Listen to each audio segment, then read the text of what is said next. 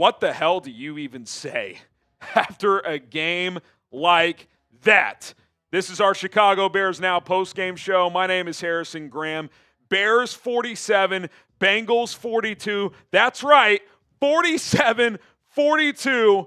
A dub in Cincinnati in one of the crazier games and finishes you will ever see as the Bears improve to 5-3. The Bengals fall to 3-6. We're going to do our best to break this one down from every angle, but you guys got to chime in here. Help me out. What is your one-word reaction to this win? How about a hyphenated word? Heart attack.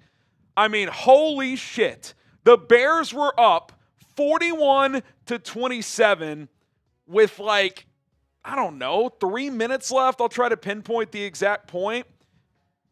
The Bengals score, go for 2. They score with about 1:45 left. Cut it to 6, do the analytical thing. And then I'm sitting there saying, okay, Bengals out of timeouts. If you recover the onside kick, it's victory formation. Game's over. You're up 41-35.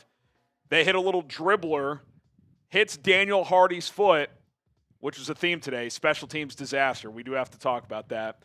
Bengals recover, and you just knew they were going to score.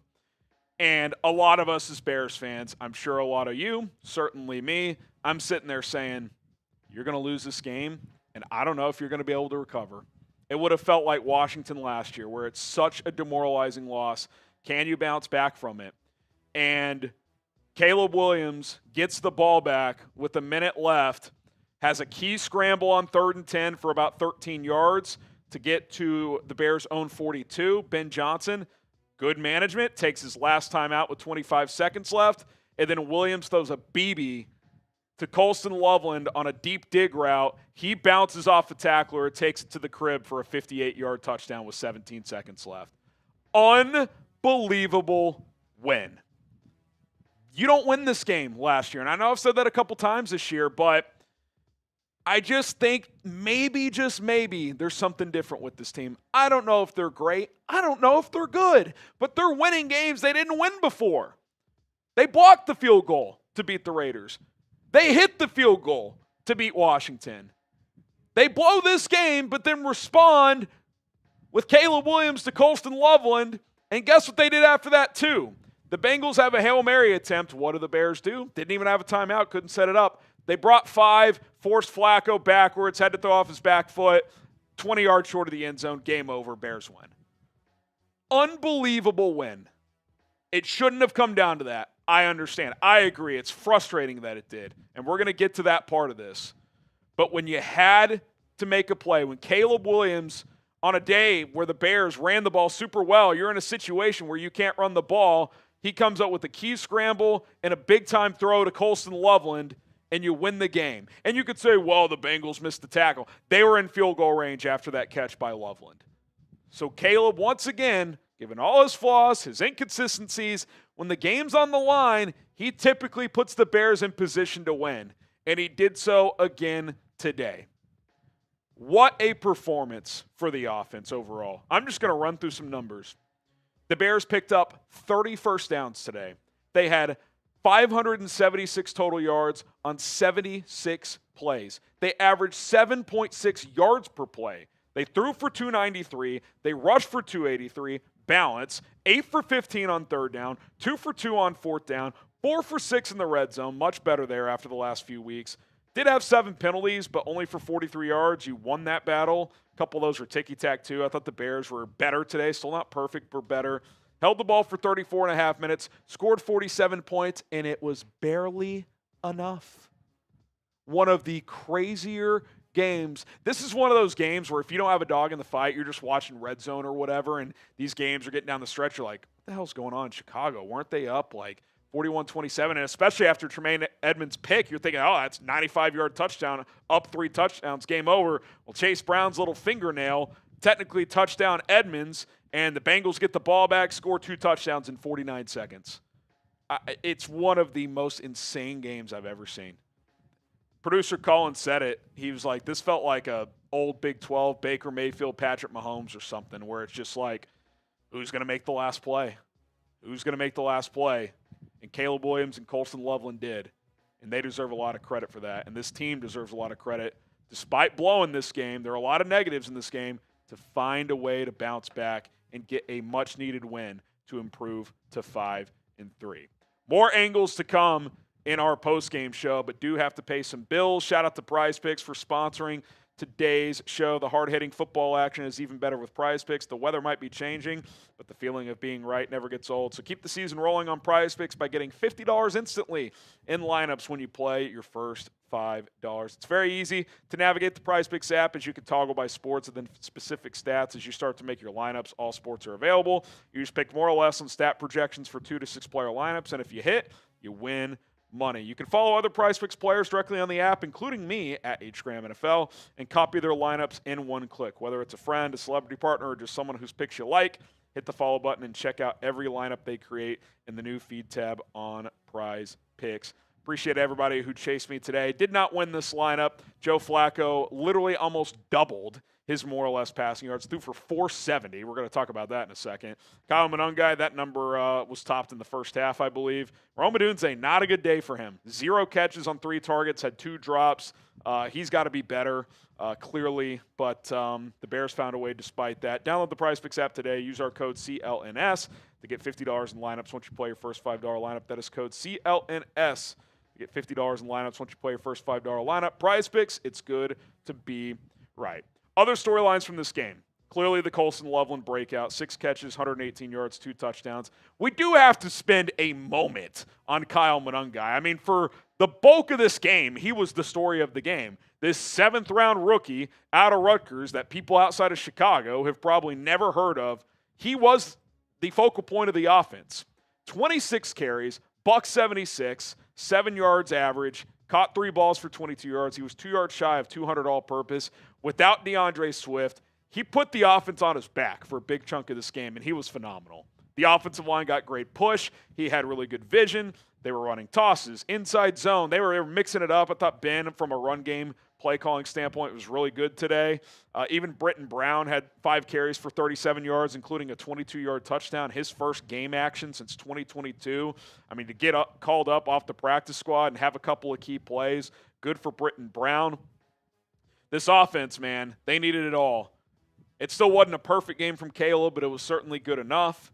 The Caleb Rome thing today. Rome drops a pass on a trick play from Ben Johnson, who called 3 today, by the way. So Rome wasn't good today, but Caleb, when he had to, made plays, man. He just did. 4 total touchdowns. He caught a touchdown on what we're going to call the Benny special on the goal line. It was the classic Philly special. Reverse, back to another player. Caleb leaks out wide open. He actually caught a second pass. They put Tyson Bagent at receiver. He threw it backwards to him, who threw it to Caleb for like a 12-yard catch. Just Ben was pulling out all the stops. He knew this game was huge for the Bears season. But yeah, today the 2 big headlines are the 2 rookies, Colston Loveland and Kyle Monangai. They won this. They were a big part of why you won. There's no question about it. They combined, I mean, just quick numbers. They had, Monangai had 298 all-purpose. They had 316 total yards. Your 2 rookies, absolutely phenomenal. All right, we do have to talk about the other 2 phases. Defense, you made a couple plays in the 4th quarter. Austin Booker strip sack. He trucked Orlando Brown, got the strip sack. Bears turned that into 3. 7 there probably puts the game mostly away, but you only got 3 there. That was good to see. I thought Montez Sweat flashed multiple times again. It seems like he's finding his groove again. Those are positives. Not many other positives. The Tremaine Edmonds pick was huge. Sucks you didn't get the return. That would have for sure put the game away. But the cornerback play, Nishan Wright was horrible. Not a good game for Tyreek Stevenson. I get he's coming off injury, but after playing really well for 4 or 5 weeks in a row, I thought Tyreek really struggled. I thought the safeties were out of position. The announcers were talking about that on a couple of those seam shots. It's like, why is Brisker playing outside leverage? So I thought this was easily the worst game for the secondary. I will say this, Gardner Johnson had a key sack on 3rd down to force a punt, and he had a couple other nice play. It was a sack. Yeah, he had a sack to force a punt. And then there was one play, the Higgins second touchdown on the goal line. He actually had really good coverage. Higgins just made a great play. So I thought there were some positives there. But, man, Joe Flacco threw for 470 yards, a career high. He's 41 years old. 470 yards. I mean, the second pick's just the Hail Mary at the end. That doesn't even count. Like, not a good day for the defense. I thought late there was, before the two go-ahead touchdown drives, early fourth quarter, I thought you found a spark from your pass rush, but few and far between. You only forced one punt today. And then lastly, before we get out of here, special teams. I mean, guys, what the fuck is going on special teams? It started on the first play of the game. 100-yard kickoff return by Charlie Jones. And you're like, oh, boy, here we go. Next kickoff return by Cincinnati, almost to midfield. Several more past the 35. Now, the Bears finally on a sequence of 2 or 3 kickoffs held the Bengals short of the 35, so that part got better. But then Cairo Santos misses a 47-yarder. You're lucky they lined up off sides, and you got to go for 4th and 1, and you ended up scoring a touchdown that drive. So that was a bailout. Then he gets a 47-yarder. It was either blocked or he miskicked it. I think it was tipped, but, it's just like if Cairo's not hitting kicks inside 50, what's the point of having him out there? And then they were so terrified of the kickoff coverage unit, they booted it out of the end zone with 17 seconds left. Ideally there, you kind of hit like a pooch kick to the 10, and a return takes 5 or 6 seconds off, but they were like, we are not risking this. We are booting this out of the end zone, which I don't blame them. I would have done the same thing. You couldn't trust that they were going to cover. You had a penalty on a long kickoff return. I thought it was ticky-tap Jade Walker, but still it counts. It's like this special teams unit, other than the punt team, Taylor's been booming them, and they're covering punts well. I mean, he had a 69-yard punt. He had another big punt as well. Only 2 today. That's a good sign as well. This special teams unit outside of that has been bad. We just have to be honest at this point. They don't get big kickoff returns. They don't cover kickoffs well.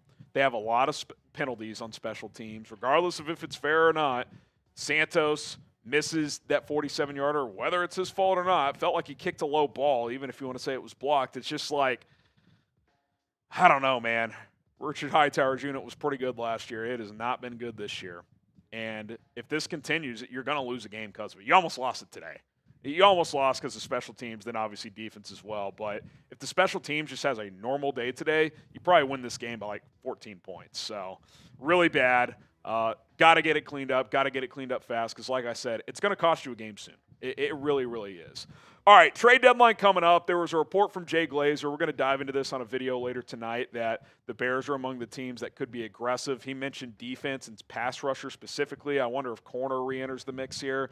I think winning was the first part of that. So now that they've won, does Ryan Poles make a trade? Do they try to get an impactful defensive player? We'll kind of explore some names on a video later tonight, but you let me know why for yes and for no. Should the Bears make a trade? If you want to do a little extra credit, let me know who they should trade for.